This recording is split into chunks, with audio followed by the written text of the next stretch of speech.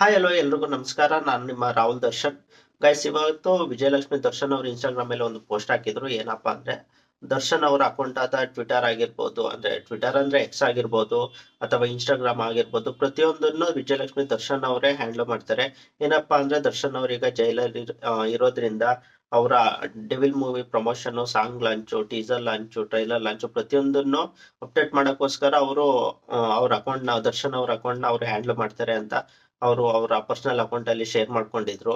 So ಅದನ್ನ ನಾನು ನಿಮ್ಗೆ ಹೇಳ್ತಾ ಇದ್ದೀನಿ ಗೈಸ್. ಹಾಗೆ ಅವರು ಇನ್ನೊಂದು ಅಂದ್ರೆ ಫ್ಯಾನ್ಸ್ಗೆಲ್ಲ ಖುಷಿ ಆಗೋದು ಇನ್ನೊಂದು ಏನಂದ್ರೆ, ಇನ್ನು ಆದಷ್ಟು ಬೇಗ ಅವರು ಹೊರಗಡೆ ಬರ್ತಾರೆ ಅಂತಾನು ಕೂಡ ಶೇರ್ ಮಾಡ್ಕೊಂಡಿದ್ರು. ಅದನ್ನ ನಾನು ನಿಮ್ಗೆ ಈ ವಿಡಿಯೋದಲ್ಲಿ ಪೋಸ್ಟ್ ಮಾಡ್ತೀನಿ, ನೀವು ನೋಡ್ಬೋದು ಗೈಸ್. ಪ್ರತಿಯೊಂದು ದರ್ಶನ್ ಅವ್ರ ಬಗ್ಗೆ ಆಗಿರ್ಬೋದು, ಪಾಸಿಟಿವ್ ನೆಗೆಟಿವ್ ಏನಿಲ್ಲ, ಪಾಸಿಟಿವ್ ನಾನು ನಿಮ್ಗೆ ಪ್ರತಿಯೊಂದನ್ನು ಅಪ್ಡೇಟ್ ಮಾಡ್ತಾ ಹೋಗ್ತೀನಿ.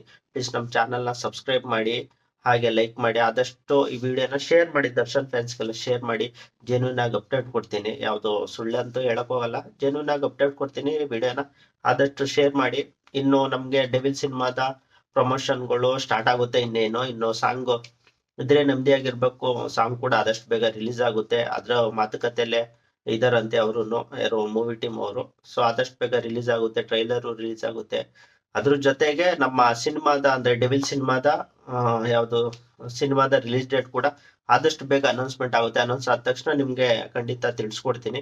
ಸೊ ಈ ವಿಡಿಯೋನ ಆದಷ್ಟು ಬೇಗ ಶೇರ್ ಮಾಡಿ. ಆ ಪೋಸ್ಟ್ ವಿಜಯಲಕ್ಷ್ಮಿ ದರ್ಶನ್ ಅವ್ರು ಹಾಕಿರೋ ಪೋಸ್ಟ್ ನ ನಿಮ್ಗೆ ಶೇರ್ ಮಾಡ್ತೀನಿ, ನೋಡಿ.